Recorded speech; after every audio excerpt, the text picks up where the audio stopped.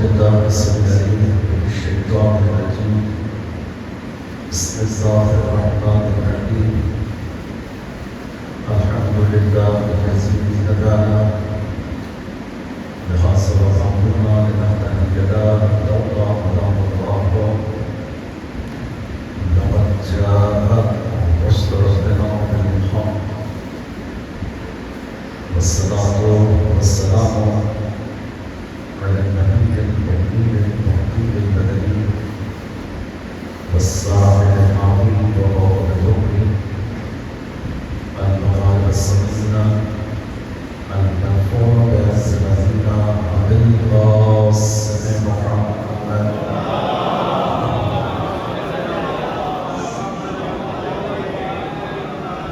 وعلى آله الطيبين الطاهرين المعصومين ولعنة الله على أعدائهم أجمعين. رب اشرح لي صدري ويسر لي أمري واحلل عقدة من لساني يفقهوا قولي.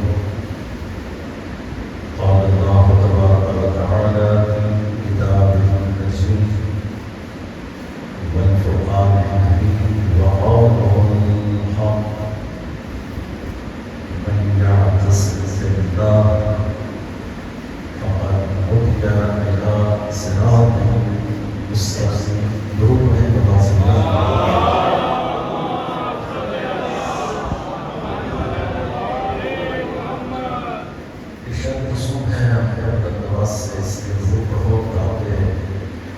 تمہارے دلوں سے نجاست جاتی رہے، طہارت آتی رہے.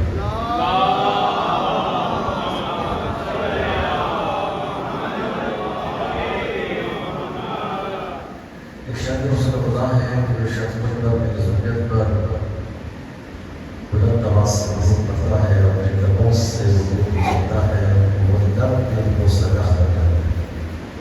اس لیے ذکر کر کے بلند آواز سے وضو کرتا ہے.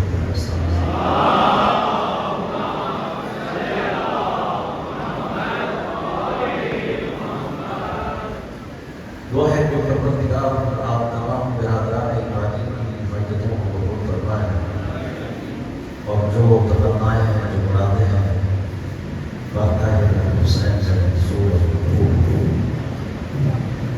واقعہ مجالس کا اہتمام و انتظام خرچ و خرجات پروردگار اپنی بارگاہ میں منظور اور قبول فرمائیں اور جو بھی مقاصد خیر ہیں اس میں کامیابی اور کامیابی. ایک ایسی صلوات پڑھیں کہ مجلس کو رفع ہو جائے.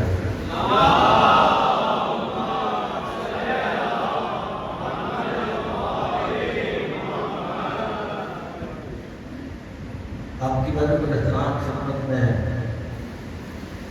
قرآن مجید کی جس آیت کو موضوع قرار دیا ہے، آیت ایک مسلسل موضوع سے ریلیٹڈ ہے اور موضوع یقیناً آپ کے اظہار عقیدے میں محفوظ ہو. اللہ نے ہمارے لیے انتظام ہدایت کرنا اور اس انتظام ہدایت کے اللہ نے جن آدمیوں کو ہمارے لیے مقرر کیا ہے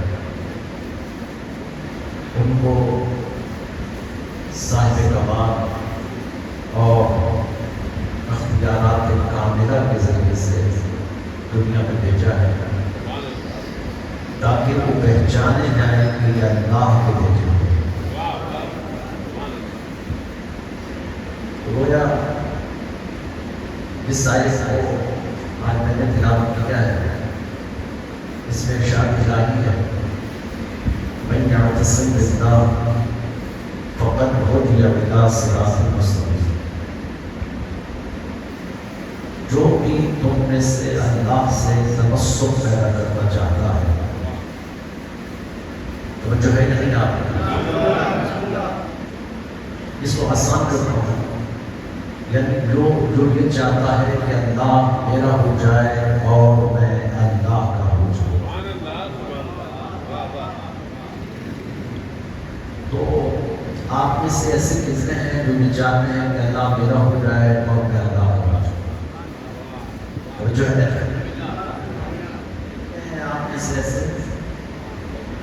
جو یہ چاہتی ہے کہ اللہ میرا ہو جائے اور میں اللہ کا ہو جاؤں۔ اس اللہ کو اپنا بنانے کے لیے انسان کیا محنت کرتا ہے، ریاستیں کرتا ہے، عبادتیں کرتا ہے، مناجات کرتا ہے، کعبے کے طواف کرتا ہے، پھر بھی اگر اس کو یہ لگتا ہے کہ اللہ میرا نہیں ہوا، تو ایک لمبی تسبیح ہاتھ میں تھام کر ساری رات اللہ اللہ اللہ کے ورد کرتا ہے کہ اسی طرح اللہ میرا ہو جائے۔ پھر بھی اگر اس کو یہ لگتا ہے کہ اللہ میرا نہیں ہوا تو سماج چھوٹی کرتا ہے، سر پہ ٹوپی رکھتا ہے، اور پھر ساری رات اللہ کے ورد کرتا ہے کہ کسی طرح اللہ میرا ہو جائے۔ اتنے جتن کرنے کے بعد بھی کبھی اس پر کوئی وحی آئی، کوئی فرشتہ آیا کہ جس نے اس کو خبر دی ہو کہ بھائی تم نے بڑی محنت کی، ریاضتیں کی، عبادتیں کی، مناجات کیے، کعبے کے طواف کیے، ساری رات اللہ کے ورد کی، لہذا اللہ تیرا ہو گیا۔ گھبراہ تو نہیں گیا؟ اللہ تیرا ہو گیا۔ کبھی ایسا ہوا اس پر وحی آئی ہو، فرشتہ آیا ہو جس نے ان کو یہ خبر دے دی ہو کہ جناب اللہ تیرا ہو گیا۔ کمال یہ تو نہیں ہے کہ کوئی یہ کہے کہ اللہ میرا ہے، کمال تو یہ ہے کہ اللہ کہے کہ یہ بندہ میرا ہے۔ کمال یہ ہے کہ اللہ کہے کہ یہ بندہ میرا ہے، کمال یہ تو نہیں کہ کوئی یہ کہے کہ اللہ میرا ہے۔ لہٰذا جب اس کو یہ لگتا ہے کہ اللہ میرا نہیں ہوا تو پھر خواہ مخواہ ہم سے جھگڑنا شروع کر دیتا ہے، اور ہمیں کہتا ہے کہ تم مڑی والے ہو اور ہم اللہ والے۔ گھبرا تو نہیں تھا؟ ایسی خواہ مخواہ ہم سے ایک ایسی لڑائی بنا دیتا ہے اور ہم سے کہتا ہے کہ تم مڑی والے ہو اور ہم اللہ والے۔ ہم نے کہا جناب آپ کو کیسے پتہ چلا کہ آپ اللہ والے ہیں اور ہم علی والے ہیں؟ تو وہ کہتا ہے چونکہ آپ علی کرتے ہیں اس لیے آپ علی والے ہیں، اور ہم اللہ کرتے ہیں اس لیے ہم اللہ والے ہیں۔ میں نے کہا جناب اس کا مطلب تو یہ ہوا کہ ہم اس بات پر بھی لڑے جا رہے ہیں، مرے جا رہے ہیں، کٹے جا رہے ہیں کہ کون اللہ والا کون علی والا۔ تو ہم اللہ ہی سے فیصلہ کرواتے ہیں کہ اللہ تو بتا کہ تو کس کا ہے، تو کس کا ہے۔ تو پھر پروردگار کہتا ہے کہ بھائی کبھی قرآن کو آنکھیں کھول کر بھی پڑھا کرو، میں نے اسے اندھوں کے لیے تھوڑی بھیجا ہے کہ جو بھی اندھا اٹھے وہ اس کو پڑھنا شروع کر دے۔ تو کبھی اس کو آنکھیں کھول کر بھی پڑھو، بصیرت کے ساتھ پڑھو، اور جب پڑھو گے تو ہم بتائے دیتے ہیں کہ ہم کس کے ہیں۔ تو قرآن مجید کی جب اس آیت پر میں پہنچا تو اس میں اللہ نے مجھے بتایا کہ میں کس کا ہوں۔ بولے کہ اللہ اس آیت میں کہنا یہ چاہ رہا ہے من یعتصم باللہ فقد ہدی الی صراط مستقیم، جو یہ چاہتا ہے کہ اللہ میرا ہو جائے اور میں اللہ کا ہو جاؤں، تو میں اسے ایک اعزاز عطا کرتا ہوں، ایک عطیہ عطا کرتا ہوں۔ اس اعزاز اور اس عطیے کی بدولت وہ پہچانا جاتا ہے کہ میں کس کا ہوں۔ تو پروردگار وہ ایسا کون سا اعزاز ہے، ایسا کون سا عطیہ ہے جو بندے کو عطا کر کے تو بندے کو اپنا بنا رہا ہے اور خود بھی بندے کا بن رہا ہے۔ تو یہاں پروردگار کہتا ہے کہ یعنی من یعتصم باللہ فقد ہدی الی صراط مستقیم، یعنی جو یہ چاہتا ہے کہ اللہ میرا ہو جائے اور میں اللہ کا ہو جاؤں، تو میں اس کو صراط مستقیم کی جانب ہدایت دیتا ہوں۔ میں اس کو صراط مستقیم کی جانب ہدایت دیتا ہوں۔ اس کا مطلب یہ ہے کہ پروردگار یہاں ایک بڑے احساس کی بات کر رہا ہے، یعنی کہ میں اس کو صراط مستقیم کی جانب ہدایت دیتا ہوں، یعنی خود خدا ہدایت دیتا ہے، کسی غیر کو حق نہیں دیتا کہ وہ ہدایت کرے۔ توجہ ہے یا نہیں آپ کی؟ یعنی کسی بھی غیر کو حق نہیں ہے کہ وہ ہدایت کرے۔ یعنی ہو سکتا ہے کہ اس ہدایت کے نظام میں اللہ نے 1,24,000 نبی بھیجے، انبیاء بھیجے، مرسلین بھیجے اور ائمہ برحق کو بھیجا کہ وہ ہدایت کرے، لیکن صراط مستقیم کی طرف ہدایت کرنے کے لیے خود خدا ہدایت کرتا ہے، کسی ولی کو، کسی نبی کو، کسی ولی کو وسیلہ نہیں بنا رہا۔ اس لیے دوسرے مقام پر ارشاد فرماتا ہے من یہدی الی صراط مستقیم، میں جس کو چاہتا ہوں اس کو صراط مستقیم کی جانب ہدایت دیتا ہوں۔ ہر کسی کو صراط مستقیم کی جانب ہدایت نہیں دیتا ہوں۔ من یہدی الی صراط مستقیم، میں جس کو چاہتا ہوں اس کو صراط مستقیم کی جانب ہدایت دیتا ہوں۔ یعنی یہاں پروردگار کہنا یہ چاہتا ہے کہ صراط مستقیم کی جانب ہدایت میں خود خدا دیتا ہوں، اور میں جس کو چاہوں اس کو میں صراط مستقیم کی جانب ہدایت دیتا ہوں۔ تو میں کہوں گا پروردگار آخر کے صراط مستقیم ہے کیا کہ جس کی جانب بندے کو ہدایت دے کے بندے کو تو اپنا بنا رہا ہے اور خود بھی بندے کا بن رہا ہے۔ تو یہاں پر میں اپنی کتابوں کا حوالہ نہیں دوں گا، ملا جامی اہل سنت کے اکابرین علماء میں سے ہے، اور جب ملا جامی سے اس آیت کی تفسیر کے متن میں پوچھا گیا کہ اس صراط مستقیم سے کیا مراد ہے کہ جس کی جانب پروردگار بندے کو ہدایت دے کے بندے کو اپنا بنا رہا ہے اور خود بھی بندے کا بن رہا ہے، تو ملا جامی کہتے ہیں کیا تم نے کوفہ کے منبر پر علی ابن ابی طالب کو خطبہ دیتے ہوئے نہیں سنا تھا کہ علی کہہ رہے تھے نحن صراط مستقیم؟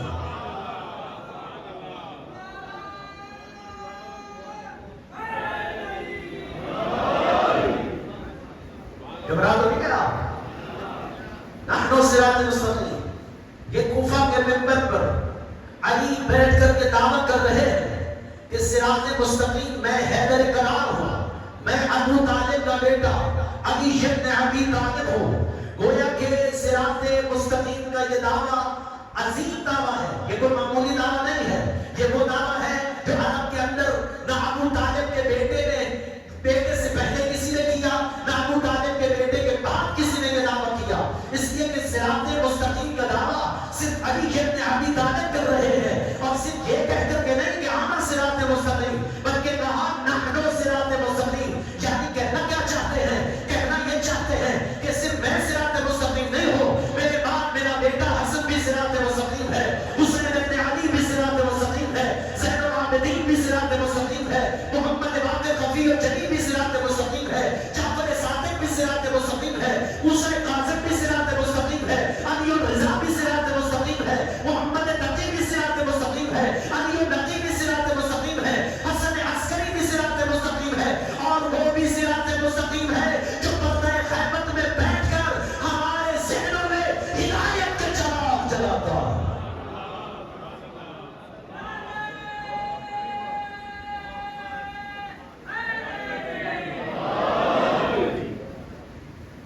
تو جو ہے یعنی عجیب ہے صراط مستقیم، یعنی کیا؟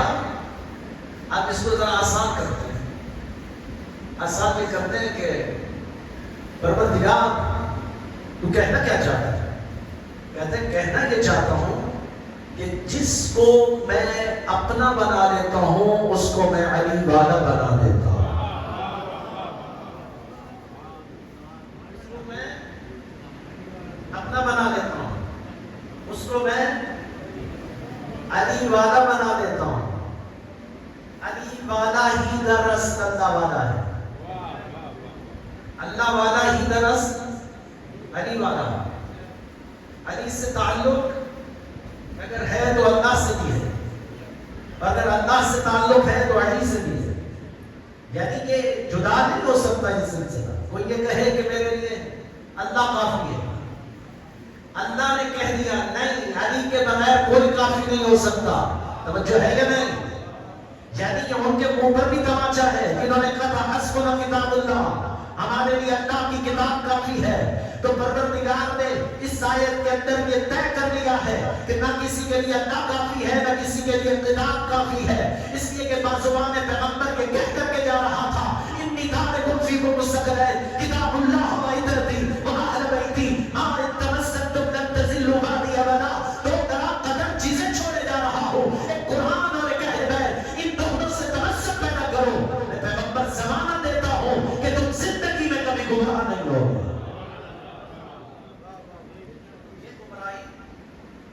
تھوڑا سا آگے تشریف لائیں، پیچھے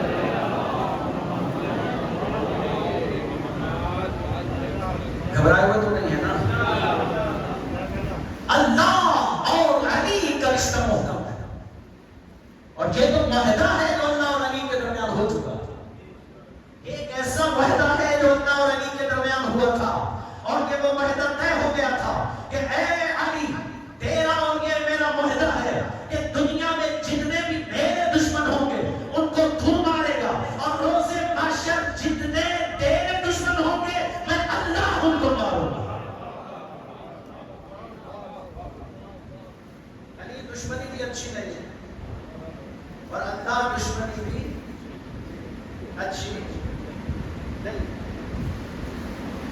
دنیا کا کوئی بھی بیوٹی پارلر علی کے دشمن کو خوبصورت نہیں بنا سکتا. علی دشمنی کردار کو بھی بدصورت کر دی، افکار کو بھی بدصورت کر دی. جنہوں نے علی کو چھوڑا تباہ و برباد ہو گئے. نہ جانے مسلمانوں کو علی سے ضد کیا ہے. ہمیں تو آج تک یہ ضد سمجھ نہیں آتی. یعنی ہم مسلمان یہ کہتا ہے کہ میں اس اسلام کو مانوں گا جس میں علی نہ ہو. میں اس اسلام کو مانوں گا جس میں علی نہ ہو. لہذا علی سے ضد لگا لی اور ان مسلمانوں نے بعد از پیغمبر اسلام کی دھجیاں اڑائی. ضد علی، دشمنی علی، ہر وہ طور اور وہ طریقہ جو علی انجام دیتے تھے تبدیل کر دی، بدل دی. دین رسول اللہ کو تبدیل کر دی.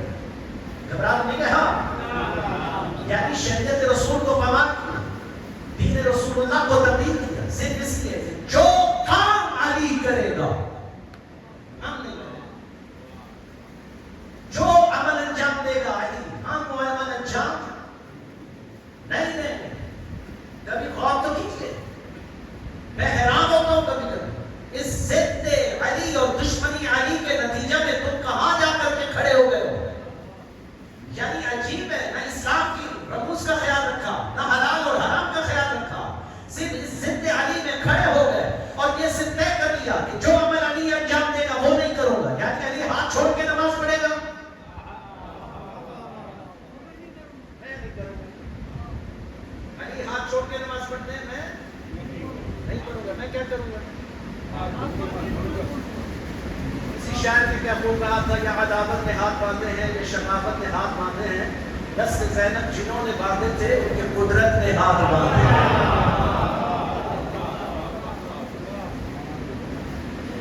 ضد علی میں، ضد علی سے ضد ہے. علی نے ہاتھ چھوڑے، ہم نے چھوڑے. علی نے رات کو روزہ چھوڑا ہے، ہم دن کو چھوڑے. حتیٰ کہ دشمنی علی میں اس قدر آگے بڑھے کہ حج جیسی عبادت کہ جس میں رکن تھا طواف النساء، صرف اس لیے اسے چھوڑ دیا کہ اس کو علی کرتے ہیں. حکم نے دیا خبردار طواف النساء کوئی نہیں کرے. یہ طواف النساء کیوں نہیں کر رہے ہو؟ کیونکہ علی نے. آپ اتنی بھی سمجھ نہیں، قرآن کی آیات محکم اس کے بارے میں جتنا موجود ہے علماء کا مجمع ہے. یعنی عجیب ہے کہ طواف النساء ایک ایسا رکن ہے کہ اگر اس کو ادا نہ کرے تو مرد پہ بیوی حرام اور بیوی پہ مرد حرام. آئیے تمام علماء کی بحث سب نے یہ کہا کہ حج کے ارکان میں سے جو سب سے آخر رکن حج کا وہ طواف النساء. آپ طواف النساء کریں گے، اگر نہیں کریں گے تو مرد پہ بیوی حرام اور بیوی پہ مرد حرام. کیونکہ ظاہر ہے کہ جب آپ ارکان حج انجام دیتے ہیں تو اس صورت میں آپ کو بیوی اور شوہر سے الگ ہونا پڑتا ہے. ان کو حلال کرنے کے لیے، آپ نے رشتے کو قائم کرنے کے لیے، رشتہ تصویر قائم کرنے کے لیے آپ کو طواف النساء کرنا پڑے گا.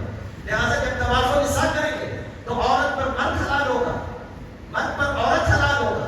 دشمنی علی میں طواف النساء ترک کر دیا گیا. اب مجھے اس بات کی خبر نہیں کہ اس کو ترک کرنے کے بعد کیا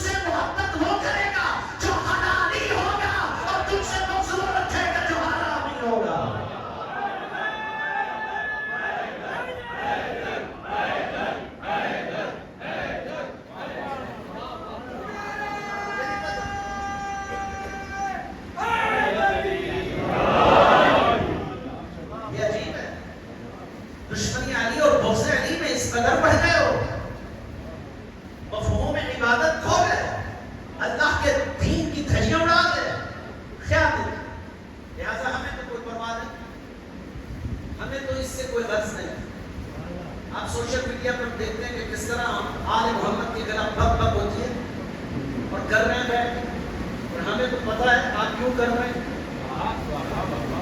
ہمیں پتا ہے کہ آپ کیوں کر رہے ہیں، اس لیے کہ دشمنی علی بہت مہنگی پڑے گی. دشمنی علی کا کوئی چارہ نہیں. آپ میں کبھی غور کیجئے، اگر آپ میں سے اگر کوئی وکلا بیٹھے ہیں تو ذرا ہاتھ کھڑا کیجیے. کوئی وکیل نہیں ہے، آپ کو بیٹھے ہیں. چلیے اگر کوئی بھی نہیں ہے تو میں ایک آرگومنٹس پیش کرتا ہوں کسی عدالت میں. کسی بھی وکیل کو اپنے مقدمے میں کسی چیز کو ثابت کرنے کے لیے اس کو ایک آئین اور قانون کا سہارا لینا پڑتا ہے. آرڈیننس اس کے اندر موجود ہو، اس کے ذریعے سے اس کو سہارا لینا پڑتا ہے. یہ آئین ہے، اس کا آرٹیکل ہے، اس کے تحت آپ کو اس کے مطابق آپ نے اس فیصلے کو حل کرنا ہے. لہٰذا اگر کوئی فیصلہ پہلے جج کے پاس آ گیا کہ اس پہ فیصلہ ہو چکا ہے تو اس کو کسن بناتا ہے. میں حیران ہوتا ہوں کہ یعنی قرآن مجید کے اندر جتنے بھی احکام آئے ان احکام میں ایک طریقہ کار ہے. طریقہ کار یہ ہے کہ رسول خدا وہ جو نفس نفیس رسول ہے، سرکار کی خدا ہے، اللہ کا نبی ہے. لہٰذا اللہ کا نبی کیا کرے گا؟ اس کے لیے ایک آئین قانون ہے. اللہ کی وحی نازل ہوگی. کس کے ذریعے سے؟ جبرائیل کے ذریعے سے. جبرائیل وحی لے کر آئے گا. کس پر؟ رسول اللہ پر. رسول اللہ پر جب وحی آئے گی تو وہ آئین بن جائے گا. یعنی اس وحی کے ذریعے سے وہ آیت کا نفاذ ہو جائے گا.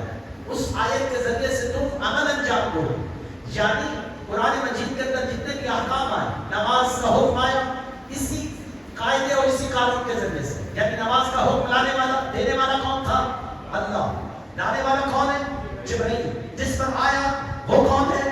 رسول. توجہ ہے یا نہیں آپ کی؟ رسول پر جب حکم آئے گا، رسول پر یہ ذمہ داری ہے کہ وہ بعین اسی حکم کو امت پر نافذ کرے، امت پر لاگو کرے، خود بھی عمل انجام دے اور خود امت کو بھی حکم دے اس کے عمل کو انجام دینے کا.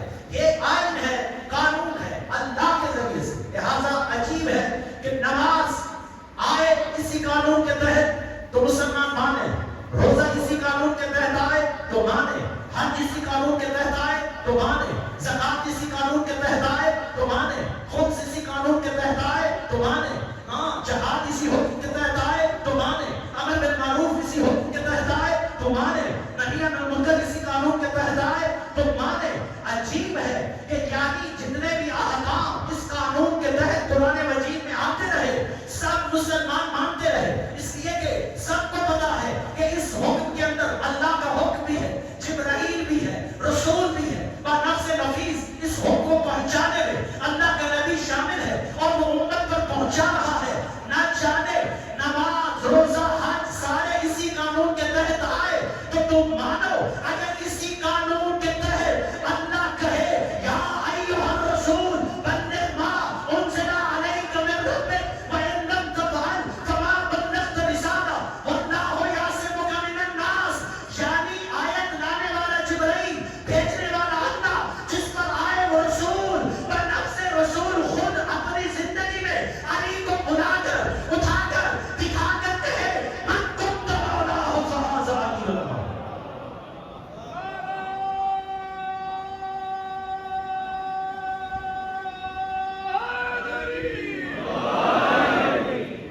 یہاں مسلمانوں کو کیوں کھوٹو پڑ جاتا ہے؟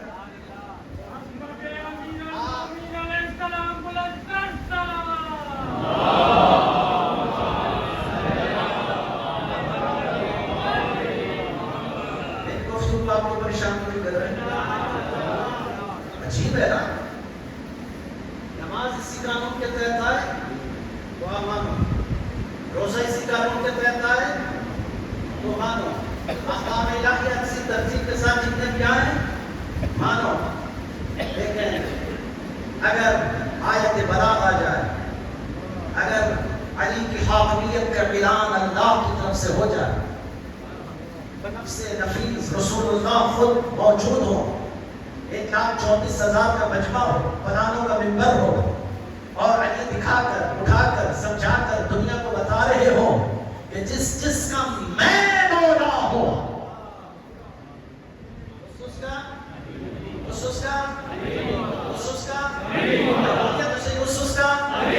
نہیں ہے وہ بے شک نہ بولے. جس کا میں مولا اس کا. پھر میں کہہ رہا ہوں جس کا نہیں ہے وہ نہ بولے. اس کا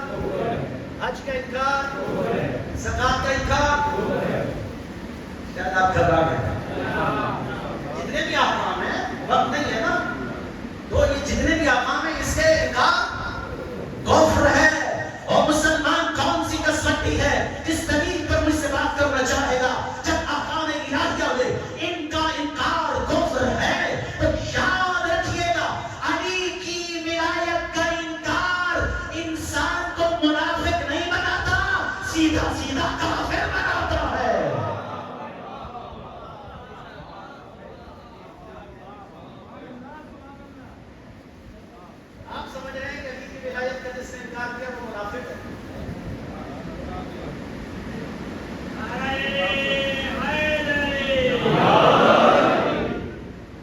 علی کی ولایت کا انکار انسان کو کافر بنا دیتا ہے.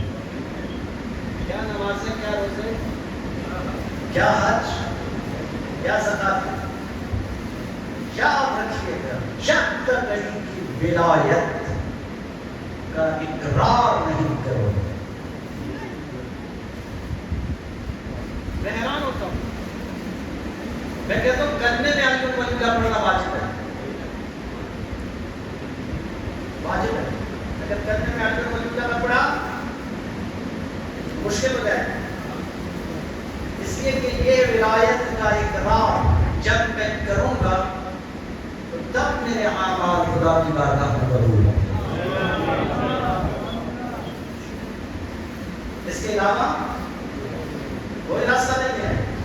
چھٹی ارے اسی وجہ سے تو ہمارے کتنا موجود ہے بنیاد اسلام اللہ خمسۃ، چار یہ جو 5 بنیاد اسلام ہمارے ہاں 5 بنیاد اسلام کی نماز ہے، روزہ ہے، حج ہے، زکات ہے اور ولایت علی ابن ابی طالب. 5 کی بنیاد ہے اسلام کی بنیاد. بس یہی وجہ ہے اس بنیاد پر کہ ان تمام چیزوں کی بنیاد ولایت علی ابن ابی طالب ہے. یہی تو کہا تھا کہ جب اعمال کی گٹھڑی باندھے جنت کے دروازے پر کھڑے ہوں گے اور پھر انہیں کہا جائے گا روکو ان سے، تو روکو اب ان سے ایک سوال باقی ہے. ارے کون سا سوال؟ کیا تمہارے دامن اعمال میں علی کی ولایت کا جوہر بھی ہے یا نہیں؟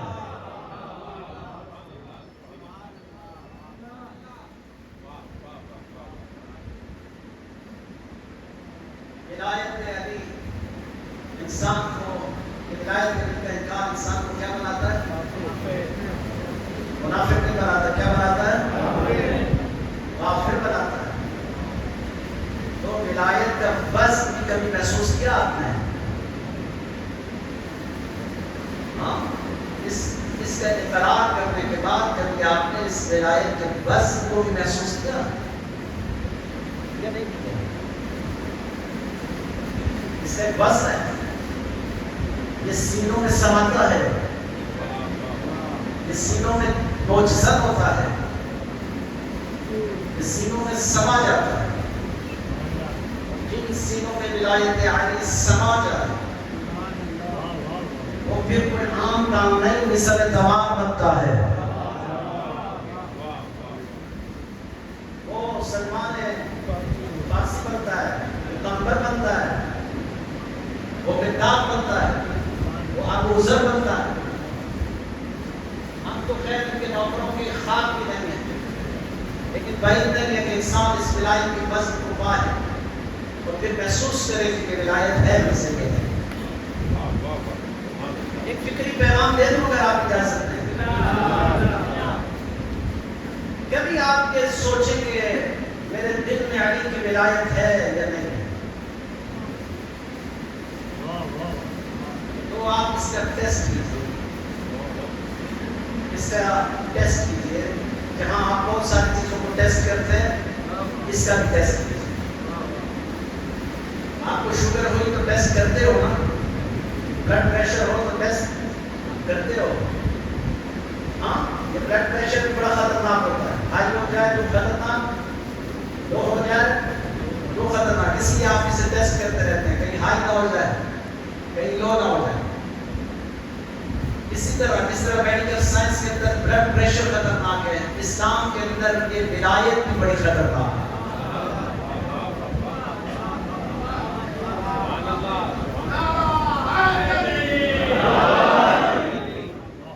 یہ بھی بڑی خطرناک ہے. یہ ولایت اور ایمان، میں چند ایمان کی بات کرتا ہوں. ایمان بھی بڑا خطرناک ہے کیونکہ ایمان بنیاد ہے ولایت. ایمان چلے پہلے کبھی آپ ایمان ٹیسٹ کریں. اس طرح میڈیکل سائنس کے اندر بلڈ پریشر ہائی اور لو ہوتا ہے، ایمان بھی ہائی اور لو ہوتا ہے. یہ ہائی ہو تو خطرناک، لو ہو تو خطرناک. آپ بھی کہیں مولانا کیا قصہ چھڑ کر کے بیٹھتے ہیں؟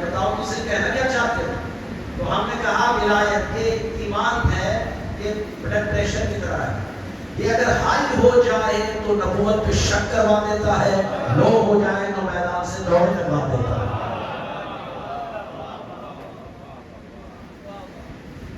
اس لیے ضروری ہے کہ اس ایمان کو میں نے مینٹین کرنا ہے تاکہ اس ایمان کے بلبوتے پر میں نے جوہر ولایت کو سینوں میں سمونا، اور جب اس ایمان کے بلبوتے پر یہ جوہر ولایت جب میرے سینوں میں سمو جاتی ہے، پھر آپ اس کا امتحان کریں، اس کا ٹیسٹ کیجیے۔ آپ نے مولانا کون سی لیبارٹری میں جائیں؟ جب لیبارٹری میں تو بتاؤ کہاں ٹیسٹ ہوگا؟ ہم نے کہا ضروری نہیں کہ کسی لیبارٹری میں جائیں، اس کا امتحان ہو جاتا ہے اور آپ کو پتہ بھی نہیں چلتا۔ اس کا امتحان ہوتا ہے لیکن آپ کو خبر بھی نہیں ہوتی، اس کی رپورٹ بھی بن جاتی ہے، فائل میں لگ جاتی ہے، لیکن آپ کو پتہ بھی نہیں چلتا۔ گھبرا تو نہیں گیا؟ یہ ولایت جس کے بلبوتے پر میں اپنے آپ کو بڑا محب علی کہتا ہوں، یہ ولایت اگر مجھے یاد رکھیے، پھر توجہ کریں، یہ ولایت جس کے بلبوتے پر میں بڑا شیعہ، اگر مجھے پتہ چل جائے کہ میرے محلے میں تو یتیم بچے رات کو بھوکے سو جاتے ہیں، اگر مجھے خبر ہو جائے کہ میرے محلے میں تو یتیم بچے رات کو بھوکے سو جاتے ہیں، اب میں نے کوئی پرواہ نہیں کی، میں نے کہا پھاڑ میں جائیں، میرے تو کتے بھی کھانا کھا کے سوئے، لیکن محلے کے یتیم بچے رات کو بھوکے سو گئے۔ اور یہ ولایت کا جوہر اگر مجھے مضطرب و بے قرار، مجھے حرارت زدہ نہ کر دے اور گھر سے اٹھا کر ان کے لیے کھانے اور پینے کا اہتمام نہ کرے، تو سمجھو میرے اندر ولایت کا کوئی جوہر نہیں۔ میری گفتگو نے کہیں آپ کو پریشان تو نہیں کر دیا؟ یہ ٹیسٹ ہے، کبھی غور کیے، ایک مثال دے رہا ہوں، پھر اسی ترازو پر سب چیزیں تولتے چلے جائیے۔ کہیں یہ ولایت جو میرے سینے میں ہے، اس ولایت کے بلبوتے پر میں کسی کو دکھی تو نہیں کر رہا، کسی کو ناراض تو نہیں کر رہا، کسی کی لیگ پولنگ تو نہیں کر رہا، کسی کے ساتھ کوئی کھلواڑ تو نہیں کر رہا، کسی کی جائیداد پر قابض تو نہیں ہو گیا، کسی یتیم کا حق تو نہیں کھا رہا۔ یہ کون سی ولایت ہے؟ اگر ولایت کے جوہر ہوتے ہوئے یہ سب کچھ ہو رہا ہو، پھر کیا معنی رکھتا ہے؟ اسی لیے کہہ رہا ہوں، جن سینوں میں یہ ولایت ہو وہ بھی سب تمام بن جاتا ہے، وہ کمبر بنتا ہے، وہ گزر بنتا ہے، وہ مقدار بنتا ہے، جو ولایت کے بلبوتے پر کھڑا ہو کر زبان گدی سے نکل جائے لیکن پھر بھی کہے الحق معلی معلی معلی، حق علی کے ساتھ ہے، اور علی حق کے ساتھ۔ یہ ولایت ہے ان کے سینوں میں، ان کے گھر کے نوکر ہیں، کیا کہنے ان کے نوکر۔ ایک دن کمبر آئے، دروازے میں دستک دی، جناب فضا باہر آئے، پوچھا کمبر نے مولا علی گھر پر ہیں؟ فضا نے بڑی بے نیازی سے کہا کہ میرے مولا اس وقت ساتویں آسمان پر ملائکہ سے گفتگو کر رہے ہیں۔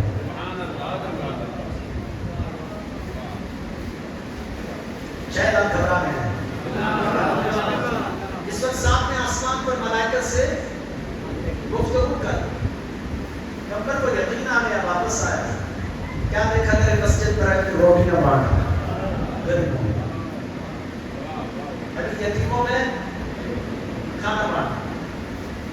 کمبر کو بڑا غصہ آیا، یا علی فضا کو آپ نے بڑا سر چڑھا، آسمان سے مجھے بات نہیں کرتی، کیا ہو گیا؟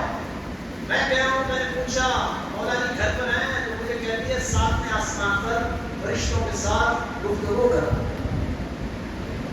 اور آپ ادھر کھڑے میرے مسجد پر روٹیاں بانٹ۔ میرے مولا مسکرائے اور کہا کمبر کیا تمہیں وہ شک ہے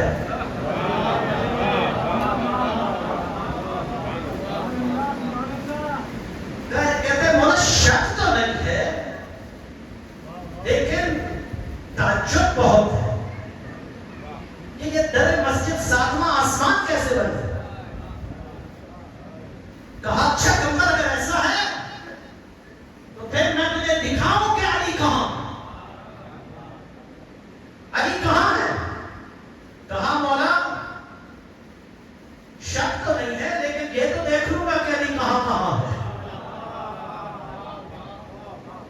اجازت امامت سے نمبر کی آنکھوں سے پردے ہٹائے، اور جب پردے ہٹائے تو نمبر کہتے ہیں مولا کمال ہو گیا، آسمان اول پر آپ انبیاء کے ساتھ گفتگو کر رہے ہیں، آسمان دوم پر آپ انبیاء کے ساتھ کھڑے ہو کر آپ مشاہدہ کر رہے ہیں، نظام کائنات کی تقسیم کر رہے ہیں، تیسرے آسمان پر میں آپ کو دیکھ رہا ہوں، چوتھے آسمان پر آپ ہیں، پانچویں پر آپ ہیں، میں جہاں نگاہ دوڑاتا ہوں مجھے علی علی علی ہی نظر آتا ہے، تو علی مسکرا کے کہتے ہیں کمبر فضا سے کبھی مقابلہ نہ کرنا، تم میرے نوکر ہو، فضا زہرا کی نوکر ہے۔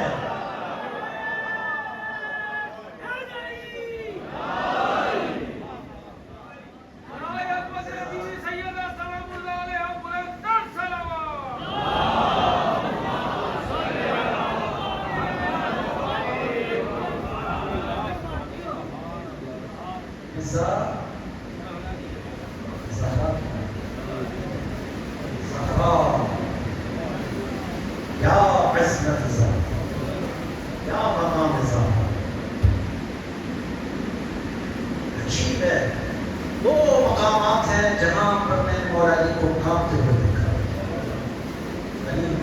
علی کا لرزہ دیکھا، علی کے بدن میں کپکپی دیکھی۔ ایک وہ مقام ہے جب علی مصلی عبادت پر ہوتے تھے، علی کے بدن میں لرزہ ہوتا تھا، کپکپی ہوتی تھی، خشیت الہی کی وجہ سے علی کا بدن کانپتا تھا۔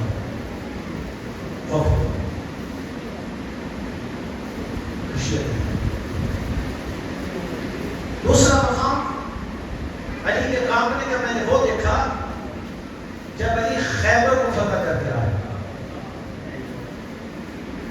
علی خیبر کو فتح کر کے آئے، بہت یعنی یہ وہ منزل تھی کہ جب جی بھر کر مدینے والوں نے کھانا کھایا، یہ سارے فقیر تھے، غنی تو خیبر ان فتح ہونے کے بعد بنے تھے، پھر یہ عرب کے ہر گھر میں کھانے پک رہے تھے، اچھے اچھے پلاؤ پک رہے تھے، بہترین دسترخوان بچھے ہوئے تھے، لیکن اس رات میں علی کے بیٹے بھوکے سوتے تھے۔ ہاں کانپتے ہیں، علی آئے دروازے پہ دستک دی، دروازہ کھٹکھٹایا، علی کے بدن میں کپکپی ہے۔ یہ کپکپی کیوں ہے؟ اس لیے کہ زہرا مجھ سے پوچھے کہ میرے بچوں کے لیے آپ کیا کریں، میرے بچوں کے لیے آپ کیا کریں؟ سوال کا انتظار ہے، یہ سوال زہرا کا مجھے ستایا جا رہا ہے، ان کے بدن میں کپکپی ہے، لرزہ ہے، ان کا بدن کام سوال کرے گی نا زہرا میرے بچوں کے لیے آپ کیا، اور دستک دی علی کام ہے، دروازہ کھلا، اس کپکپی کے آگے میں جناب سیدہ نے دروازہ علی کے لیے بستر استراحت بچھایا، علی کے نالین سے علی کی تلوار کو سنبھالا، اب وہی ہوا کہ زہرا نے پوچھ لیا یا علی میرے بچوں کو دیا، علی نے کہا فاطمہ سب سے زیادہ حصہ آپ کے بابا کی طرف سے مجھے ملا تھا، کیا کرتا زہرا؟ رستے میں اتنے یتیم ملے، اتنے مسکین ملے، اتنے فقیر ملے کہ میں اپنا سارا مال ان کے بانٹ گیا،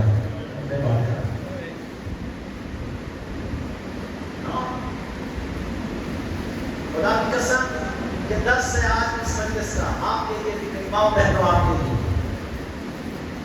کوشش کیا کہ راہ خدا میں خرچ کرنا سیکھیں۔ ہمارے گھر میں ہمارے معاشرے میں کیا ہوتا ہے، اس طرح ہو سکتا ہے کہ اگر کوئی شوہر گھر آیا اور وہ کہے کسی سے کہ میں سارا مال بانٹ آیا،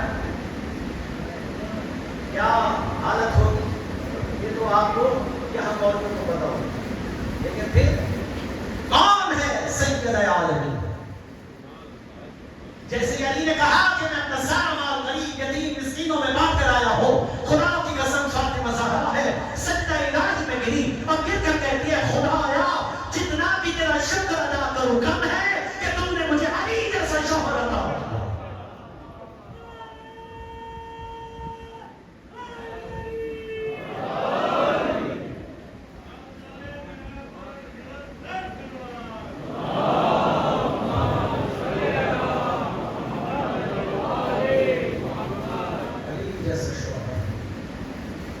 فاطمہ زہرا. علی نہ ہوتے تو فاطمہ کا کوئی کف نہ ہوتا. اس لیے وہ علی جس نے ساری زندگی یتیموں کا خیال رکھا، یتیموں کی نگہبانی کی، وہ علی جب زد لگی اور جب جلا نے کہا کہ آپ کے بچنے کا کوئی امکان نہیں ہے، اگر دودھ ہو سکے تو زیادہ سے زیادہ دیں. جناب سیدہ زینب روایت کرتی ہے کہ اس کے بعد میں نے دیکھا کہ میرے بابا کے گھر یتیموں کا ایک ہجوم لگا ہوا تھا. انہوں نے اپنے ہاتھوں میں دودھ کے کاسے لیے ہوئے تھے اور وہ رو کر کے کہہ رہے تھے جو ہر رات ہمارے لیے دودھ کا انتظام کرتا ہے، آج اس کے لیے ہم دودھ لائے ہیں. یتیم تو یتیم ایک نابینا شخص تھا جس کو علی کھانا کھلاتے تھے خود جا کر اپنے ہاتھوں سے. اس دن زد لگی، اتنا خیال تھا اس کا، حسن مجتبیٰ بیٹا مجھے چھوڑ دے، پہلے اس نابینا شخص کو جا کر کھانا کھلاؤ. پھر انتظام ہے. امام حسن مجتبیٰ اپنے زخمی بابا کو چھوڑ کر دوڑے، اس نابینا شخص کے پاس آئے، میں خرابے میں پڑا ہوا تھا، انتظام ہے کہ اب آئے گا وہ تو مجھے کھانا کھلاتا. امام حسن مجتبیٰ نے دسترخوان بچھایا، اپنے ہاتھوں سے لقمہ توڑ کر اس کے منہ میں رکھا. آپ کو پتہ ہے نبیناؤں کی حس سمجھنے کی بہت زیادہ ہوتی ہے. جیسے کہ اس کے منہ میں کھانا گیا تو وہ کہتا ہے کھانا کھلانے والے اپنا تعارف کروا، تو کون ہے؟ میرے مولا کہتے ہیں کہ کھانا کھانے والے تو کھانا کھا، تجھے اس سے کیا غرض کہ میں کہوں؟ کہا نہیں، وہ جو پہلے کھانا کھلاتا تھا وہ کوئی اور تھا. اب جو تم کھانا کھلانے کے لیے آئے ہو تم کوئی اور نہیں. ایسا نہیں ہے، پہلے بتاؤ تم کون. تو میرے مولا کی ایک سر آپ نکلی، دھاڑے مارتے ہوئے حسن رو کر کے کہنے لگے وہ جو تجھے کھانا کھلاتا تھا نا آج اسے ضرب لگ گئی.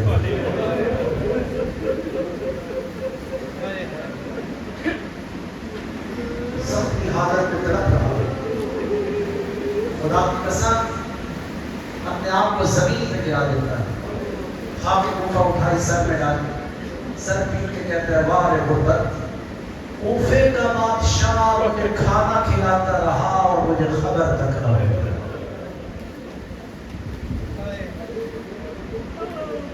رونے والوں اس واقعے کو پڑھنے کے مقصد سے اتنا ہے کہ وہ علی جس نے امت کو کھانا کھلایا، امت کو بھوکا نہ رہنے دیا.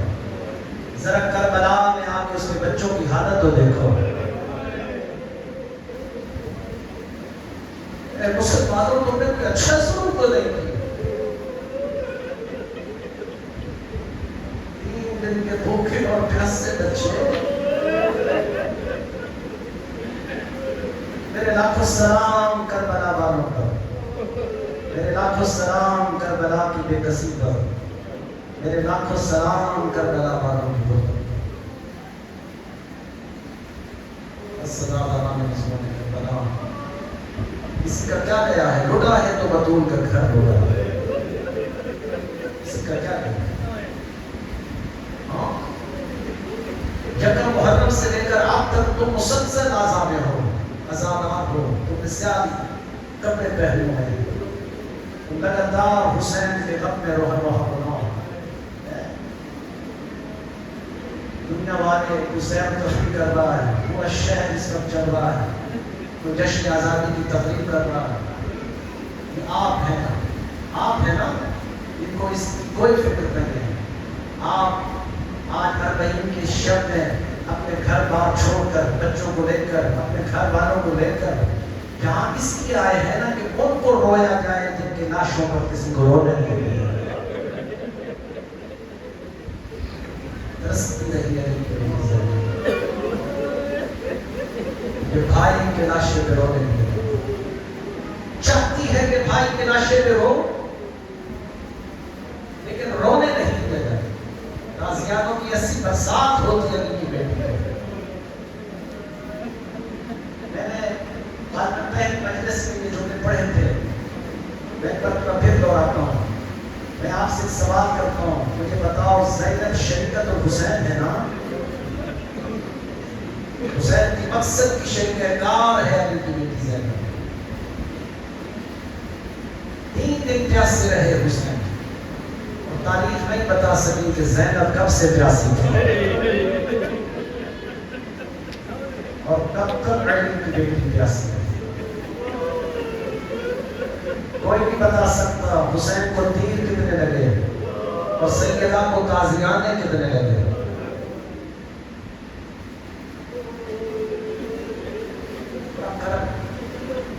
ازاداران سیدہ زینب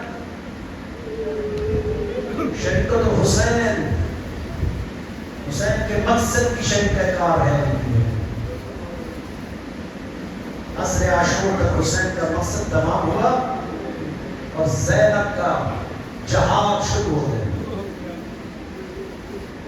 پوری کربلا پانی علی کی بیٹی زینب نے حسین کی. اکبر کو پانا زینب نے, قاسم کو پانا زینب نے, اور محمد کو پانا زینب نے, عباس کو پانا زینب نے.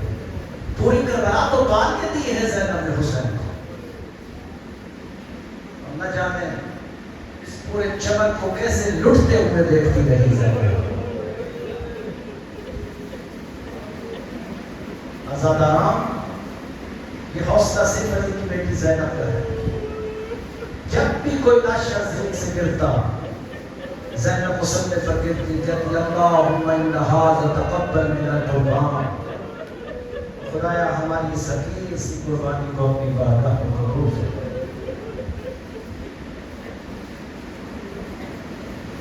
زینب کی جہاد معمولی جہاد نہیں ہے. اس نے اپنے بیٹوں کو صدقہ کر دیا حسین پر, اس کی نسل ختم ہو گئی وہ حسین.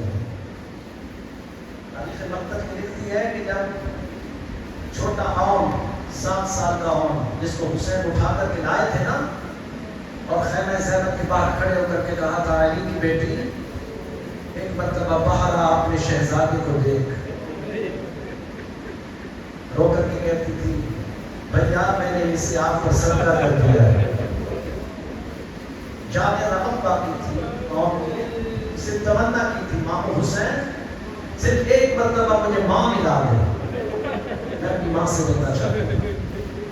خدا کی قسم کتنا حوصلہ ہے علی کی بیٹی زینب کا. جب کہا نا حسین میں خیمے سے باہر نہیں آ سکتی, اس کو گنجے شہیدہ میں رکھ دو. کہا نہیں, قوم کی جانے رقم بھی باقی ہے, ماں کی تمنا ہے, میں ماں سے ملنا چاہتا ہوں. زینب ایک مرتبہ باہر آ, مجھے میرے ماں زہرا کے حق کی قسم ایک مرتبہ باہر آ. جب علی کی بیٹی باہر آئی اور نے اپنا چھوٹا سا ہاتھ اٹھایا ماں کی قدم پر رکھا, صرف ایک جملہ کہا اماں اب تو راضی ہے نا.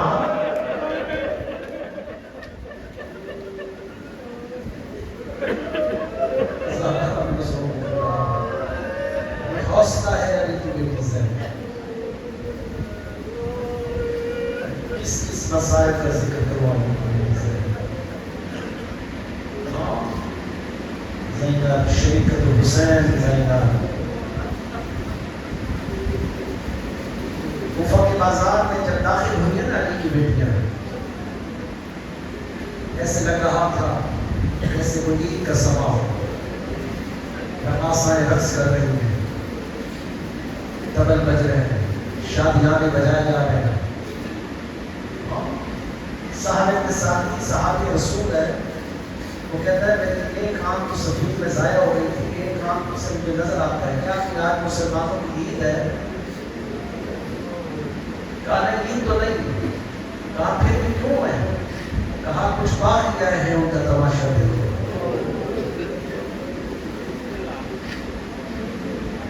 سارے ساتھی اسی بازار میں کھڑا اس منظر کو دیکھ رہا تھا. اس کی نگاہ پڑی ایسے سر پر جس کے ماتھے سے نور نکل رہا. کہتا یہ سر تو پہچانا ہوا لگتا,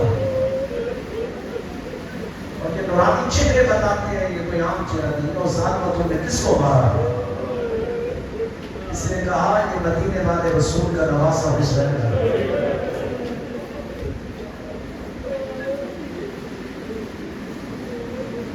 سارے ساتھی سے رہا نہیں گیا. اس نے سب اپنا دماغ میں مارنا شروع کیا. خدایا میں یہ کیسا منظر ہے جو دیکھ رہا ہوں. اس آقا پر جناب زینب اور جناب سکینہ سوار تھی. یہ آ کر رکا ایک چھت کے نیچے.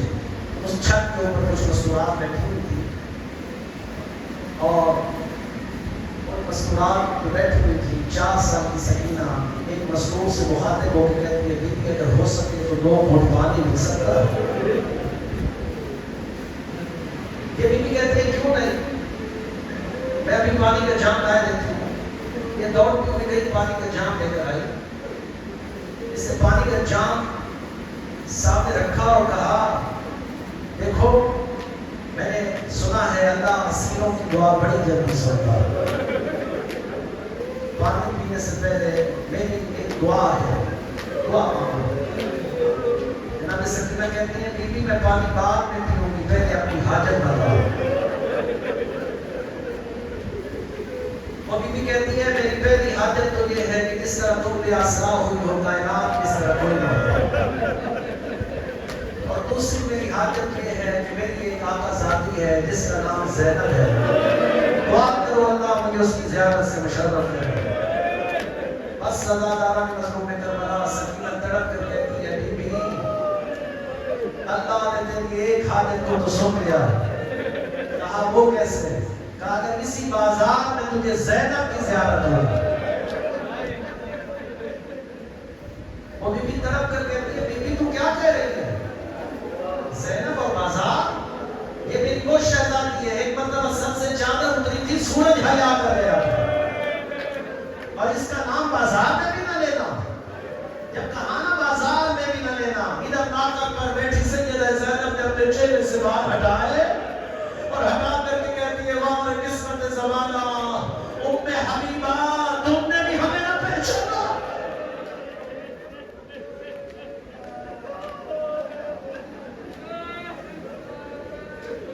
بس صدا دارہ کے مظلوم کربلا آل محمد کا لٹا ہوا قافلہ درباروں بازاروں بڑے لمبے لمبے سفر طے کرتا کرتا جب آگے بڑھا نا شام جاتے ہوئے رستے میں عیسائیوں کا نام آیا. عیسائیوں کا کام آیا. شیخ کہتا ہے کچھ دیر کے لیے یہاں آرام کرتے ہیں اور پانی پیتے ہیں, تھوڑا سا آرام کرتے ہیں اور پھر چلتے ہیں. اس نے قافلے کو روک دیا. یہ سب پانی پینے میں مصروف ہو گئے اور علی کی بیٹیاں پیاسی بیٹھی ہوئی. پیاسی بیٹھی اس باغ میں عیسائیوں کا باغ تھا.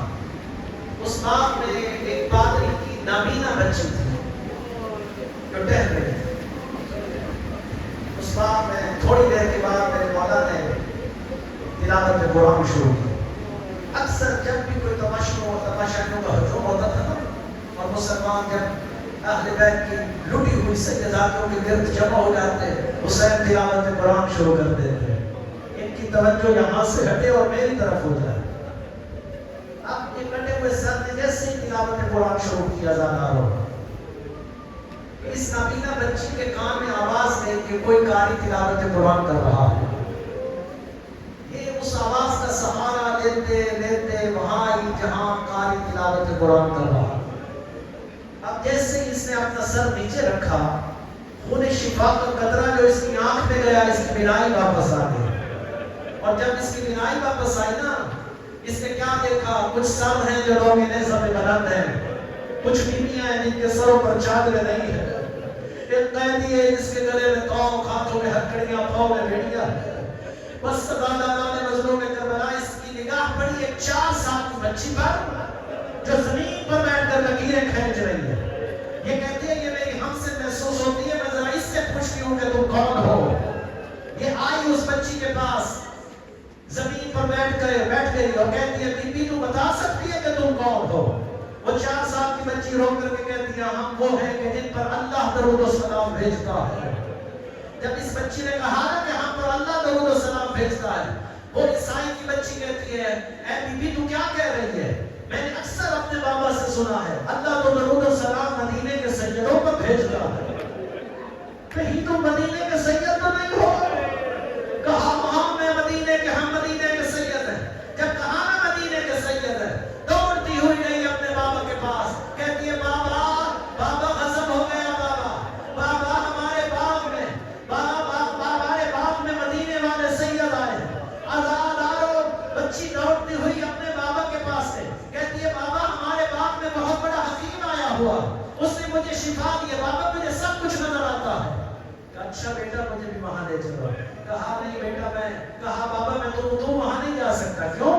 اس لیے کہ جس نے مجھے شفا دی ہے نا اس کی مائیں اور بہنیں آئی ہوئی، وہ ان کے سر ہے بابا، ان کے سر پر چادریں نہیں ہیں بابا اگر ہو سکے تو ان کے لیے کوئی چادروں کا انتظام کرو۔ ابھی باپ اور بیٹی بات ہی کر رہے تھے کہ اس کا ایک بیٹا کوئی پادری سویا ہوا تھا، وہ خواب سے اٹھا اور بیدار ہوا اور تڑپ کر دوڑتا ہوا آیا اور کہتا ہے بابا غضب ہو گیا ہے، ابھی میں نے خواب میں حضرت عیسیٰ کو دیکھا ہے، ان کی نگاہیں اتری ہوئی تھی، زلفوں میں خاک تھی، گریبان چاک تھا، اور رو رو کر کہہ رہے تھے پادری تو یہاں آرام سے سویا ہوا ہے اور تیرے باغ میں مباہنے والے محمد کی بیٹی زینب آئی ہے، اس کے سر پر چادر نہیں ہے، اگر ہو سکے تو ان کے لیے کوئی چادروں کا انتظام کرو۔ عزاداروں سارے عیسائی جمع ہو گئے، جتنی چادریں جمع کر سکتے تھے انہوں نے چادریں جمع کی۔ آپ اپنی بیٹی سے کہتے ہیں بی بی کسی طرح مجھے اس قیدی سے ملوا دے، ہم ان کو چادریں دینا چاہتے ہیں۔ وہ 4 سال کی بچی آئی سید سجاد کے پاس، کہتی ہے مولا آپ نے ہم پہ بڑا احسان کیا اور تو کچھ نہیں کر سکتے، میرے بابا نے کچھ چادروں کا انتظام کیا ہے، کچھ چادروں کا انتظام کیا ہے، ان بیویوں کے سروں پر ڈال دیجیے۔ سید سجاد کہتے ہیں اگر یہ ظالم ڈالنے دے تو مجھے کیا اعتراض ہے، میں ہر بازار ہر موڑ چادر ہی تو مانگتا رہا، مگر کسی مسلمان نے ہمیں چادر نہیں دی۔ آزادارو یہ سارے عیسائی شیخ کے پاس آئے، کہا شیخ ان بیویوں کے سر پر چادر ڈالنے دو، یہ کہتا ہے ہم کس نے؟ عیسائیوں نے کہا پھر ہم بھی عیسائی ہیں، یہاں خون کی ندیاں بہہ جائیں گی۔ جب شیخ نے عیسائیوں کے تیور بدلے ہوئے دیکھے، اب اس نے اجازت دے دی، جب اجازت دے دی عزادارو ہر بیوی کے سر پر چادر آتی، سید سجاد سجدے میں گر جاتے، کہتے خدایا تیرا شکر ہے کسی نے مجھے چادر تو دی۔ بس عزادارہ نے مظلوم کربلا جب اہل بیت کا لٹا ہوا قافلہ اس باغ سے گزر گیا، شیخ سید سجاد کے قریب آیا، غلط کروں خدا میری شفاعت نہ کرے۔ منہاج الدموع میں لکھتا ہے کہ شیخ آگے بڑھ کے کہتے ہیں سجاد چادر خود اتارے گا یا ہم چھین لیں؟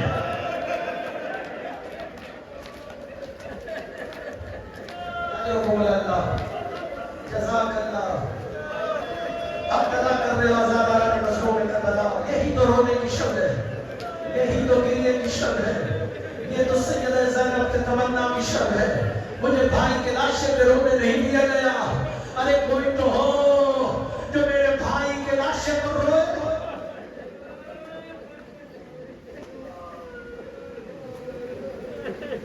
بس عزادارہ نے مظلوم کربلا شیخ سید سجاد کے قریب آیا، چادر خود اتارے گا یا ہم چھین لیں؟ سید سجاد کہتے ہیں ظالم جتنا بھی ظلم کرنا ہے مجھ پہ کر لے، لیکن میری ماں اور بہن کے سر پر چادر رہنے دے۔ یہ کہتا ہے اچھا سجاد پھر ظلم کے لیے تیار ہو جاؤ۔ پشت میں 2 سال کا واقعہ ہے سید سجاد کی پشت پر، آپ اندازہ تو لگائیے 2 سال کا واقعہ سید سجاد کی پشت پر ہے۔ مشکل سے سید سجاد نے زمین پر بٹھایا، اس ظالم نے تازیہ نہ اٹھایا، اس نے ایک تازیہ نہ مارا، اس نے دوسرا تازیہ نہ، اس نے تیسرا تازیہ نہ، جب چوتھا تازیہ نہ لگا ادھر ناقل سے سید زینب کی چیخیں بلند ہونے لگی، ادھر سکینہ کی چیخیں بلند ہونے لگی، کہا پتری اماں کوئی چادر دے نہ دے، سکینہ چادر دیتی ہے اور بیویاں چادریں دینا، سجاد کر لگے تازیہ میں۔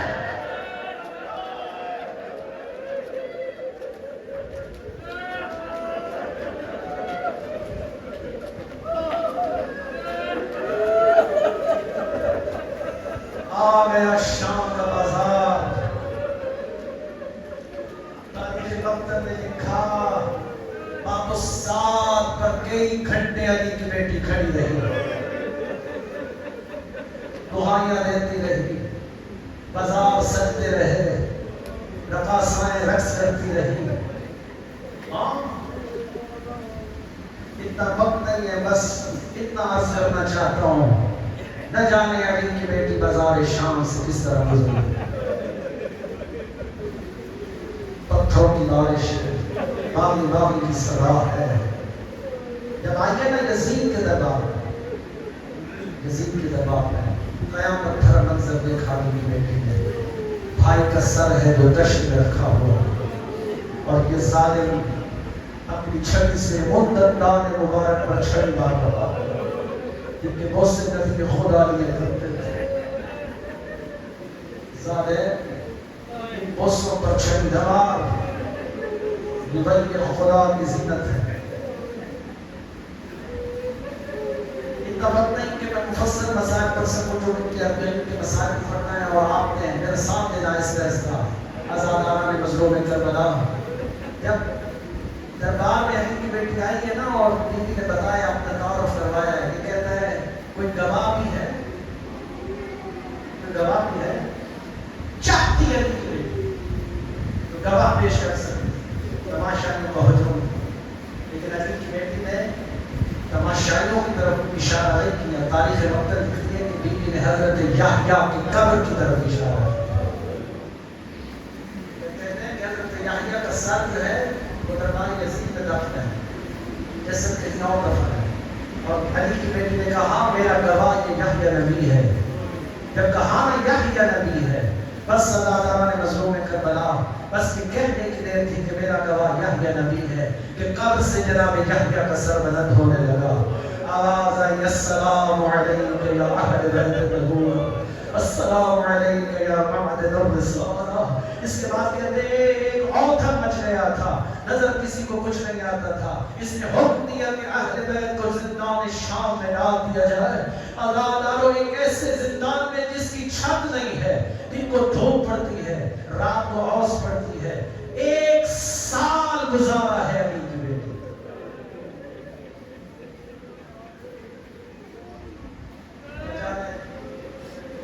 زندان شام اس طرح گزارا ہے علی کی بیٹی.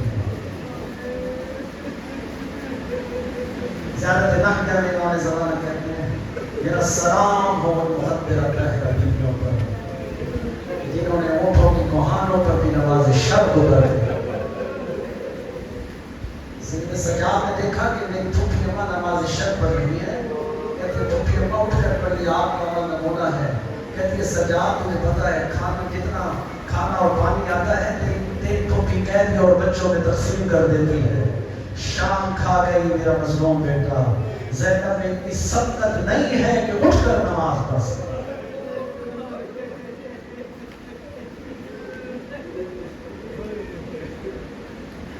ایک سال کے بعد جب رہائی ہوئی ہے نا آزادہ ہو، یہ فتح ہے علی کی بیٹی زینب. شرط علی کی بیٹی نے رکھی ہے. جب دیکھا نا یزید نے کہ اب میرے حالات میرے ہاتھ سے نکلے جا رہے ہیں، اب اس نے حکم دیا کہ رہا کر دیا جائے. شرط رکھی ہے علی کی بیٹی نے. سجاد اس ملعون سے جا کر کے کہہ دے ہم اس طرح رہا ہونے والے نہیں ہیں. میری چند شرطیں ہیں. پہلی شرط یہ ہے جو تبرکات تم نے کربلا میں لوٹے تھے وہ ہمیں واپس لیے جائے. دوسری شرط یہ ہے کہ میرے لیے ایک ایسا مقام مہیا کیا جائے جس میں جی بھر کر اپنے بھائی کے غم میں رونا چاہتا ہوں. تیسری شرط کہ مجھے اس رستے سے گزارا جائے جو کربلا کا رستہ ہے. میں اپنے بھائی کا چہلو بنانے کے لیے کربلا جانا چاہتا ہوں. حضرت مہدی صاحب سے کسی نے سوال کیا تھا رسول خدا دنیا سے چلے گئے ان کا چہرہ نہیں بنایا گیا. فاطمہ زہرا دنیا سے چلی گئی ان کا چہرہ نہیں بنایا گیا. علی المرتضیٰ دنیا سے چلے گئے ان کا چہرہ نہیں بنایا گیا. یہ حسین کا چہرہ کیوں بنایا جاتا ہے؟ زیدی صاحب نے کہا تھا کہ فاطمہ زہرا کا چہرہ اس لیے نہیں بنایا رسول خدا کا چہروں اس لیے نہیں بنایا گیا، علی مرتضیٰ کا چہروں اس لیے نہیں بنایا گیا کہ ان میں سے کسی کی بہن زینب جو نہ تھی، یہ زینب کا کرم ہے، یہ زینب کا حوصلہ ہے۔ بس سزادار نے نظروں میں کربلا لوٹے ہوئے تبرعات جب آئے ہیں نا شام کے زندان میں، اور جب بیویوں کے پاس لوٹے ہوئے تبرعات آئے، اب بیویوں نے اس گڈی کو کھولا، جب کھولا نا تو چادریں نکلی، جب چادریں نکلی تو جناب زینب نے پکارا ام رباب ام لیلا، تمام بیویوں آؤ اپنی اپنی چادر سنبھالو۔ عزادارو ہر بیوی نے اپنی اپنی چادر سنبھالی۔ اب کیا تھا کہ ایک مرتبہ زینب نے آواز دی ام رباب تیری چادر بھی آئی ہے۔ جب ام رباب نے اپنی چادر سنبھالی نا اور نگاہ پڑی اس چادر پر جو سکینہ کی چادر تھی، عزادارو تڑپ کر رہ گئی، واہ محمدہ واہ علیہ واہ عباس، ہائے میری سکینہ۔ عزادارو سیدہ زینب روایت کرتی ہے کہ چادر کو لینے کے بعد اب رباب کوئی اور چیز ڈھونڈ رہی ہے، نہ جانے کیا ڈھونڈ رہی ہے رباب، کہاں نہ جانے میرے سکینہ کے دل کہاں ہے۔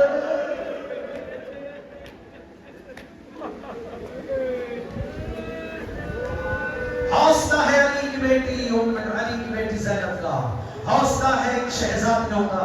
بس سزاداران مظلوم میں کربلا جب آئی ہے نا اس مقام میں، جب شرط رکھی تھی کہ وہاں میں اپنے بھائی کے غم میں گریہ کرنا چاہتی ہوں، عزادارو تمام شام کی عورتوں کو جمع کیا، جمع کر کے کہنے لگی شام کی عورتوں گواہ رہنا، میں علی کی بیٹی زینب ہو زینب، اب میں لوٹ کر اپنے نانا کے شہر جا رہی ہوں، تم گواہ رہنا کہ میرا بھائی بے قصد مارا گیا، میرا بھائی بے گناہ مارا گیا۔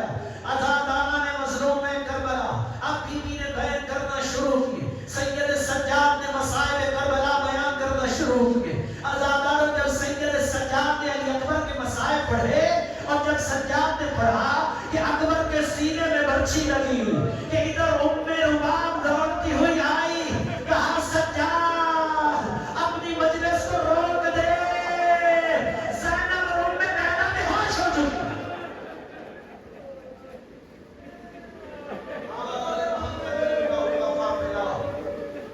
محملوں پر سوار بشیر جزدر منادی، عزادارو یہ راوی ہے روایت کرتا ہے، تین محملوں کے ساتھ بشیر جزدر اہل بیت کے لوٹے ہوئے قافلے کو کربلا کے رستے سے لا رہا تھا۔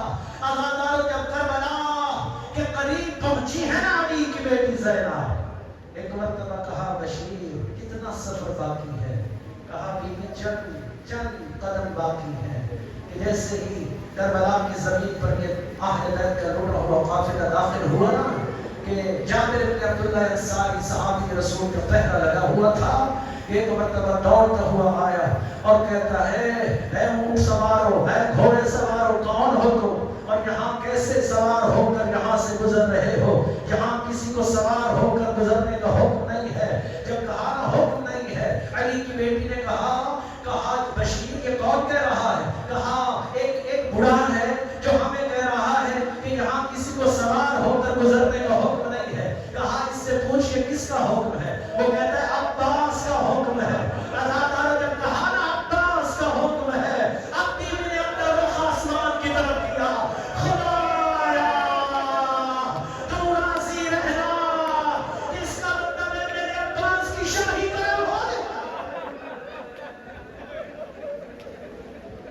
ادھر جابر بن عبداللہ انصاری روایت کرتے ہیں کہ جیسے میں نے اس قافلے کو روکا کہ میں نے دیکھا زمین عباس میں زلزلہ آنے لگا، میں دوڑتا ہوا زمین عباس پر آیا، میں نے کہا مولا کوئی خطا ہو گئی ہے۔ خبر عباس سے آواز آئی جابر تم نے کس کو روکا ہے؟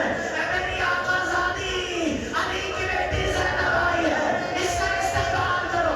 عزادارو تاریخ مسجد کے لکھتی ہے کہ جیسے ہی علی کی بیٹی کا کربلا کی زمین پر داخل ہوا، اس سے پہلے کہ اونٹ زمین پر بیٹھتا علی کی بیٹی نے اپنے آپ کو اونٹ سے گرا دیا۔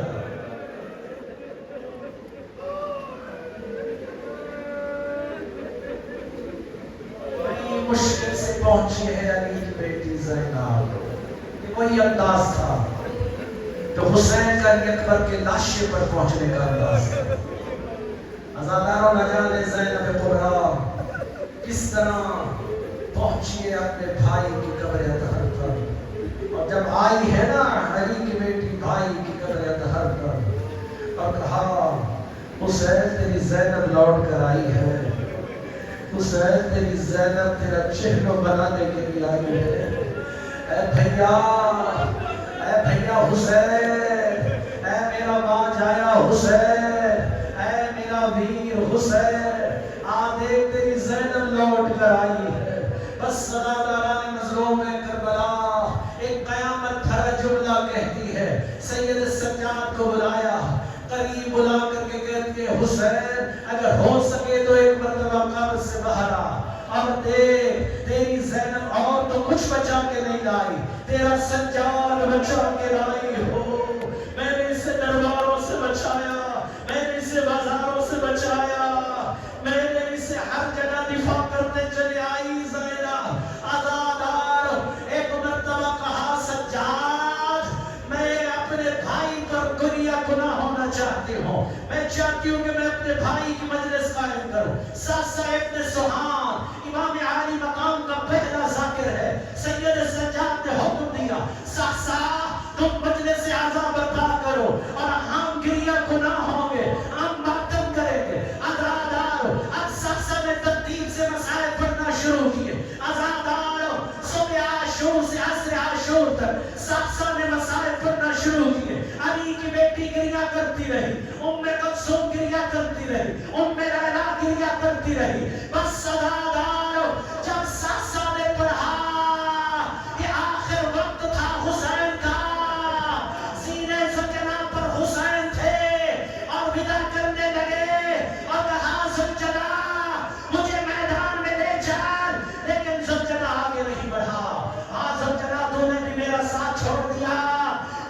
زلجلہ کہتا ہے مولا میں نے آپ کا ساتھ نہیں چھوڑا, ذرا نیچے تو دیکھو. اب جو دیکھا 4 سال کی بچی ہے, زلجلہ کا کھو پکڑ کر بیٹھی ہے.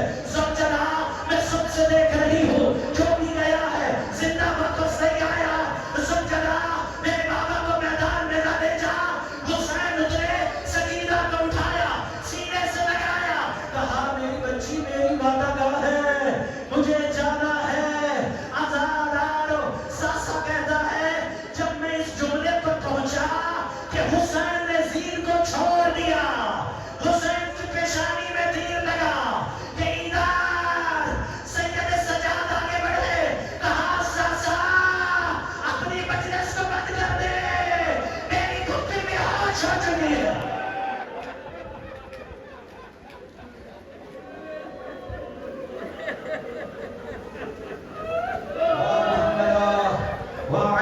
کی صدائے بلند ہے, قیامت پر منظر ہے. عزادار سرخانیاں چل رہی ہے, قبر سید الشہداء میں زلزلہ برپا ہے. جب بھی علی کی بیٹی کے پیر بلند ہوتے ہیں تمام قبروں میں زلزلہ برپا ہو جاتا ہے. بس عزادارو اب بڑی مشکل سے بھائی کے لاشے سے اٹھی, کہا سجاد مجھے عباس کی قبر پر لے چل. عزادارو بڑا قیامت پر منظر ہے. نہ جانے سجاد کس طرح اپنی پھوپھی کو سہارا دے کر غازی کی قبر پر لائے. عزادارو جیسی علی کی بیٹی غازی کی قبر پر آئی, ایک مرتبہ منہ کے پر قبر غازی پر گری اور طرف کر کہتی ہے سجاد میرے عباس کا تو قد بہت بڑا تھا, یہ چھوٹی سی قبر کس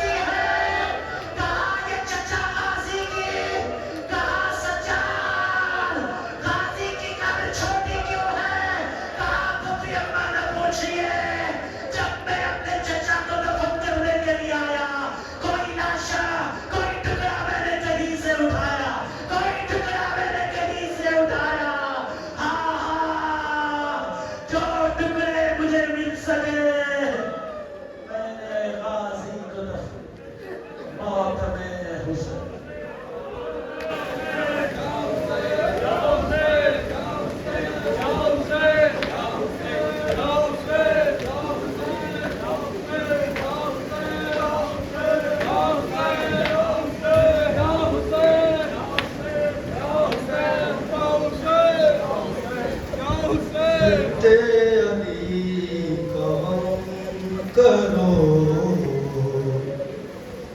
پل کا کوئی پتا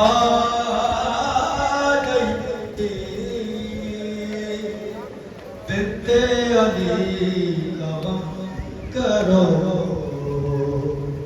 پل کا کوئی پتا نہیں بنتے علی کرو پل کا